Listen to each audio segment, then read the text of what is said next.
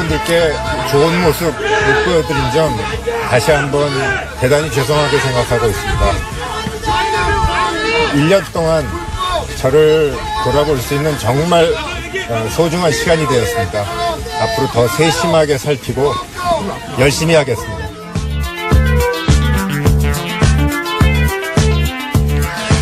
법원의 집행유예 판결로 풀려난 이재용 삼성전자 부회장은 이렇게 말했습니다.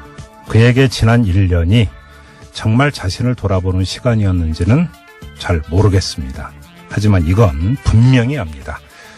오늘 판결이 촛불 시민으로 하여금 법원의 존재 이유를 되돌아보게 만든 점, 이것만은 확실히 알고 있습니다. 네, TBS 보도국의 양아람 기자와 함께합니다. 어서 오세요. 네, 안녕하세요. 이재용 부회장 항소심 판결 이야기부터 해야 되겠죠? 그렇습니다. 항소심에서 징역 2년 6개월, 집행유예 4년을 선고받았습니다. 집행유예로 이제 법정 구속을 면하면서 353일 만에, 그러니까 한 1년 정도 만에 풀려났는데요. 네.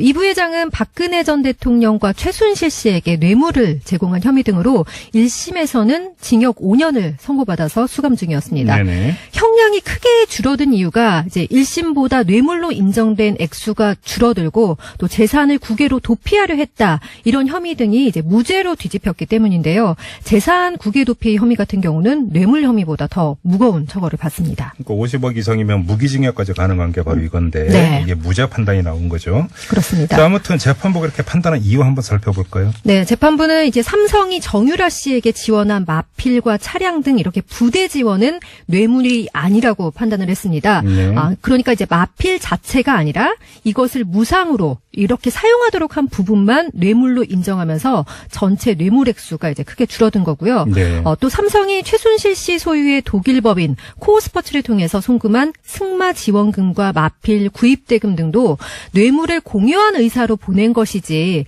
재산을 국외로 도피하려고 했던 이런 행위가 아니다, 이렇게 판단을 했습니다. 네. 영재스포츠센터 지원과 관련해서는 이 부회장과 박 전 대통령 사이에 부정한 청탁이 인정될 수가 없어서 뇌물 공유 혐의 이렇게 무죄 판결을 받은 것도 이제 형량이 크게 줄어든 이유 중 하나고요. 네네. 1심과 달리 그러니까 이제 박 전 대통령과 이 부회장 사이에 경영권 승계를 위한 묵시적 청탁이 있었다고 보기 어렵다, 이제 이렇게 판단을 한 겁니다. 네. 박영수 특별검사팀이 이제 이 부회장의 뇌물 혐의를 입증하려고 박 전 대통령과 이 부회장이 청와대 안가에서 영차 독대를 했다, 이제 이런 혐의도 특검팀이 공소장에 추가를 했는데요. 네. 법원이 이것도 받아들이지 않았습니다. 특검팀은 이제 항소심 판결에 대해서 안타깝다면서 상고하겠다는 입장을 밝혔습니다. 납득이 되세요? 국민 아까 정서 이제 오프닝에서 보여주고 있는 것 같습니다. 이분이 어떻게 보는지도 궁금한데요. 네. 이 최순실 씨가 독일로 돈을 빼돌릴 때 국가 대표팀을 삼성이 후원하는 것으로 하자면서 삼성이 협조를 받으려 했다라는 언급을 했던 인물이 있습니다. 최순실의 최측근이었던 박헌영 전 K스포츠 과장 연결해서 오늘 판결 어떻게 보는지 잠깐 얘기 나눠보죠. 여보세요. 네, 여보세요. 예, 안녕하세요, 과장님. 네, 안녕하세요. 오늘 2심 판결이 나왔는데요. 어떻게 보셨어요? 굉장히, 한 대 얻어맞은 기분이고요. 그래요? 굉장히 황당합니다. 네. 어떤 점에서요? 일단은 1심에서 나왔던 형량이 오히려 늘어나면 늘어났지, 네. 줄어들지는 않을 거라고 봤는데, 네. 너무 터무니없이 줄었고, 또 예전에 항상 얘기하던 재벌들의 사모법칙, 네네네. 이렇게 집행유예로 나가게 되는 그런 형태를 똑같이 또 되풀이하게 된 것 같아서 네네. 굉장히 좀 씁쓸하게 봤습니다. 그러니까요. 좀 몇 가지 좀 여쭤봐야 될 게, 첫째, 지금 뇌물 공여 혐의가 그러니까 거의 유일하다시피 인정이 된 게 삼성이 정유라에 대한 승마 지원을 해줬다, 이 부분 아니겠어요? 네. 그런데 지원의 폭도 이번 항소심 재판부에서는 확 줄여서 판단을 했는데, 네. 그러니까 좀 복잡하니까 좀 쉽게 풀면, 네. 그러니까 소유권은 삼성에 있었으니까 마피를 준 건 아니고, 말을 준 건 아니고, 네. 그냥 비유적으로 하면 임대해서 쓴 비용만 뇌물이다, 이렇게 본 거잖아요. 네네. 이 점은 어떻게 보세요, 과장님은? 저는 저도 그 부분, 지금 말씀하신 그 부분을 제가 이제 판결문을 조금 읽어봤는데, 예. 조금, 제가 이렇게 말씀드리면 어떨지 모르겠지만, 조금 저는 좀 말장난 같다는 생각이 들었어요. 아, 말장난. 네. 어떤 점에서요? 일반인의 예. 입장에서, 예. 그러니까 제가 뭐 법리를 해석할 수 있는 어떤 그 법리학자는 아니지만, 네. 기본적으로 마피를 제공해서 무상으로 사용하게 한 거는 뇌물로 인정한다. 네. 그런데 마필 구입 대금을 뇌물로는 볼 수 없다. 이렇게. 그렇죠. 바로 하셨거든요. 그거죠. 네네.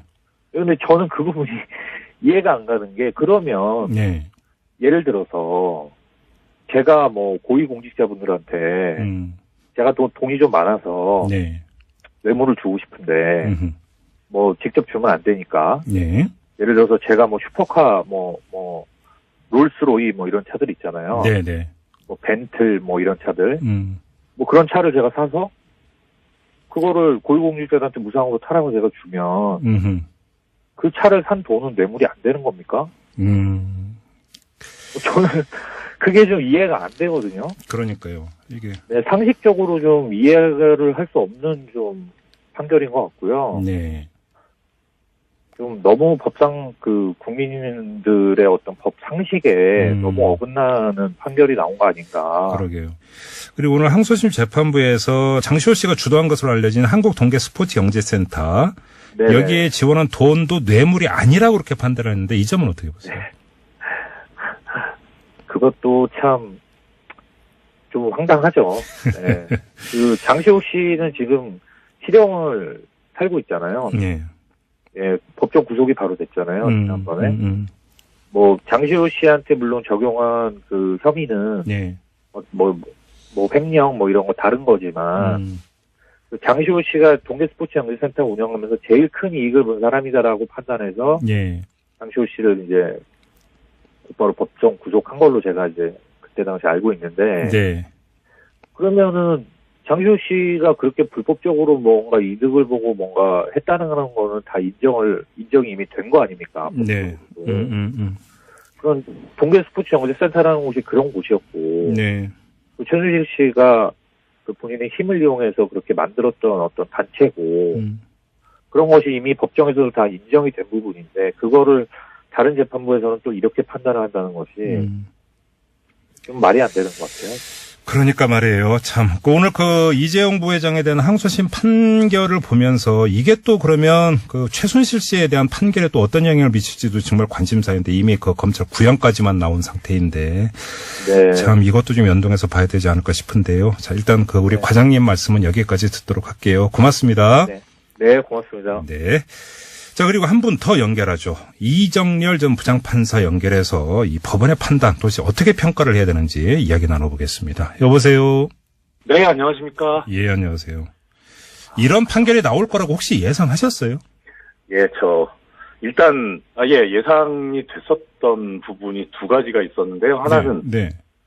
재판부가 상당히 권력이나 재벌의 우호적인 재판부였었고요. 그리고요. 그다음 또 하나는 1심에서 유죄로 인정된 부분이 전부 유지가 된다고 하더라도 1심에서는 이제 횡령 부분에 대해서 피해 회복이 안 됐었는데 아마 항소심에서는 네. 피해 회복을 하지 않겠느냐, 양형의 전략상. 변제 다 했잖아요, 그래서. 예, 그래서 그러니까 이제 형이 감형될 요소가 있었거든요. 예, 그런데다가 지금 보니까 이제 뇌물수수 부분에서도 주요한 부분이 또 무죄가 됐고 하니까. 그러니까요. 그래서 가만히 되지 않았을까 그런 생각은 들고 있습니다. 지금 이게 이제 조목조목 따지자면은 시간이 너무 오래 걸 테니까 가장 이해가 안 되는 부분 하나만 좀 여쭤볼게요. 조금 전에 박헌영 과정하고도 이 이야기 나눴는데. 네네. 정유라에 대한 삼성의 승마 지원 있지 않습니까? 네네. 그러니까 말탄 사육료는 뇌물인데. 네. 말 구입 대금은 뇌물이 아니다 이런 거잖아요. 간단히 정리하면. 예, 그렇죠. 소유권이 인정되지 않았다는 거죠. 납득이 되세요? 그것이 그 부분에 관해서 여러 가지 이제 증거들을 또 삼성이 약간 조작을 한 부분도 있었는데. 예? 조작이요? 이렇게 말의 소유권이 넘어갔느냐 아니냐 관련해가지고 독일 쪽하고 그 계약을 해제한다는 그런 부분까지 있었잖아요. 네네. 그 부분이 이제 증거가 조작됐었다고 1심에서 인정이 됐었는데 네. 삼성에서 만든 증거다. 근데 사실 지금 판결문을 못 봐서 모르겠는데 그 부분을 어떻게 판단했는지가 사실 제일 궁금하거든요. 예. 만약에 그렇다면은 소유권을 인정하지 않았다는 게 사실 좀 납득이 안 되고요. 제일 또 하나는 저는 이제 가장 중요하게 보는 부분이 지금 제3자 뇌물수수 부분에 있어서 부정한 청탁이 있었느냐 없었느냐 부분인데. 그렇죠. 예, 그런데 거기에 그 재판부에서 나오는 얘기가, 뚜렷한 인식이 있어야 된다. 이런 부정한 청탁은 이렇게 포괄적으로 그냥 뭐 이렇게, 넓게 인정해서 안 된다. 이렇게 하면서 뚜렷한 인식이 없다라고 봤는데. 네. 기본적인 법리 부분은 이해가 갑니다. 그러니까 뭐 이렇게 뭐 증거에 의해서 명확하게 합리적 의심 없이 예. 인정해야 되는 건 맞는데 네. 이 업무 자체가 삼성의 이 승계 작업 자체가 상당히 은밀하게 이루어졌었거든요. 네네. 그러니까 그 부분을 그냥 완전히 뭐 디테일하게 세부적인 상황까지 과연 알고 있었어야 되느냐, 박근혜 전 대통령이나 이제 최순실 씨가. 네. 그런데 그런 부분에 관한 증거가 부족하다고 하는 거는 오히려 대통령이라는 업무에서 봤을 때는 어떤 큰 그림을 보는 거지 작은 것을 보지 않는 게 일반적이고 상식적인데 그 상식에서 어긋나서 세세하게까지 보지는 못했으니까 그래서 부정한 청탁이 있었다고 보기는 어렵다 이렇게 봤거든요. 네네. 그 부분이 좀 이해가 안 가고요. 또 그 부분에 관해서 재판부가 가정적 판단을 한 게 있습니다. 설령 부정한 청탁이 있었다고 하더라도 과연 박근혜 전 대통령이 알았겠느냐 하면서 특검에서 증거로 제시했던 게 삼성 내부 보고서를 증거로 제시했었거든요. 이것이 박근혜 전 대통령한테 전달이 됐다는 거였는데 네. 그거를 왜 줬겠느냐라고 하는 게 이러한 작업이 삼성 내에서 이루어지고 있습니다라고 하는 그런 거지 그것을 뭐 단지 뭐 어떤 뭐 정보 제공이나 뭐 호기심 충족 차원에서 준 건 아니잖아요. 그 부분이 좀 이해가 안 갑니다. 조금 전에 박헌영 과장하고 인터뷰 마무리하면서 얘기 꺼낸 건데요. 지금 오늘 아무튼 이 항소심 판결이 네. 좀 이따가 이제 최순실에 대한 이제 그 판결 나오잖아요. 네네, 그렇습니다. 어떤 영향을 미칠 거라고 보세요? 지금 이 판결상으로는 박근혜 최순실이 그러니까 적극적으로 먼저 뇌물을 요구했다는 거고 네. 그쪽에다 책임을 떠넘겨 버렸거든요. 네. 그러니까 이 판결대로라면 박근혜 최순실은 상당히 중형이 선고될 수 있는데. 오히려. 그렇죠. 그런데 저는 이게 박근혜 최순실 두 피고인이 더 중하다라고 하는 그런 생각을 가졌다기보다는 재판부가 네. 그쪽에 떠넘김으로써 이재용 피고인을 좀 봐주려고 한 게 아닌가 그런 의심이 지워지질 않고. 근데 오히려 또 이 점, 그러니까 그 받은 뇌물의 액수가 줄어든 거잖아요. 오늘 판결로. 이 판결을 그대로 적용한다면. 예. 그러면 이것이 예를 들어서 이제 적극적으로 뇌물을 요구했다는 행위의 성격 말고. 네. 그 행위의 결과로서 그러니까 손해주게 됐던 뇌물의 액수가 줄어드니까. 네. 이것이 판결의 양형에 또 미치는 영향도 있을 거 아닙니까? 어차피 형량 자체는 지금 양형위원회 양형 기준이라던가 법정형에서는 사실 큰 차이는 없습니다. 결국은 그래요. 무기징역으로 갈 것이냐, 아니면은 25년 이상, 25년, 30년으로 갈 것이냐, 그 차이 정도지, 이게 중형이 선고되는 데는 큰 영향을 미치지 않을 걸로 저는 예상하고 있습니다. 알겠습니다. 자, 두 가지 이유를 대면서 또 한 가지 그 항소심 재판부의 성향을 말씀을 하셨는데 어떤 점에서 그 성향을 말씀하시는 겁니까? 과거에 그 정영식 부장판사, 이 재판장인 정영식 부장판사가 그 한명숙 전 총리에 대한 판결을 했던 적이 있습니다. 그때 1심에서 무죄가 선고됐는데 그걸 항소심 유죄로 맞아요. 했었거든요. 네네. 다른 거 어떤 증거 판단이나 그런 것은 재판부의 어떤 재량이나 고유 권한이라고 하더라도 당시에 이 판결이 가장 문제가 있었던 게 1심에서 믿지 않았던 그 증인의 증언을 항소심에서 다시 불러서 물어보지도 않은 상태에서 못 믿겠다고 뒤집어 버렸었거든요. 네. 믿겠다고 뒤집어 버렸었거든요. 그러니까 그동안에 이제 그 당시 법원, 지금도 그렇습니다만 법원에서 계속 해오던 그런 그 원칙인 공판중심주의와 관련해서 증인은 직접 물어봐라 이렇게 신빙성을 뒤집을 거면은 그런 대법원 판결이었는데 그걸 정면으로 위배를 해가지고 심리를 해서 유죄 판결을 선고해서 좀 무리한 재판 진행을 한다. 그런 생각을 가졌었는데 그게 이제 어떤 이 재판부 성향 때문이 아닌가. 다른 재판에서도 안 그랬었거든요. 그러니까 이런 권력이나 재벌에 대해서 상당히 우호적인 판결을 하는 재판부라서 사실 좀 이 재판부에 배당이 됐다고 처음에 알려졌을 때 상당히 걱정도 되고 예상도 됐었거든요. 오히려 좀 애청자 여러분들께서 어떻게 들으실지 모르겠습니다만 네. 저는 무죄가 안 나온 게 다행이다라는 생각을 하고 있습니다. 그래요. 예. 알겠습니다. 아무튼 사실 1심 판결에 나왔을 때 이재용 부회장에 대한 1심 판결에 나왔을 때 저희도 그때 이제 인터뷰를 진행을 했는데 한 분이 어떤 우려를 네. 했냐면 이게 항소심에 가서 집행유예로 갈 가능성을 우려를 했었거든요. 네, 저도 그런 얘기를 했었습니다. 그러니까요. 근데 이게 설마 했던 것이 좀 현실화되면서 이 상황을 어떻게 받을지 정말로 많은 분들이 아마 의아해하는 것 같아서 지금 인터뷰를 진행을 했는데 박헌영 전 과장은 황당하다는 표현을 쓰더라고요. 안 그래도 지금 법원이 거의 신뢰도가 거의 바닥에 가까운데 네. 이 판결로 인해서 더 이제 지하로 추락하지 않을까 싶어서 참 안타깝습니다. 알겠습니다. 자, 그 문제는 나중에 다시 한번 좀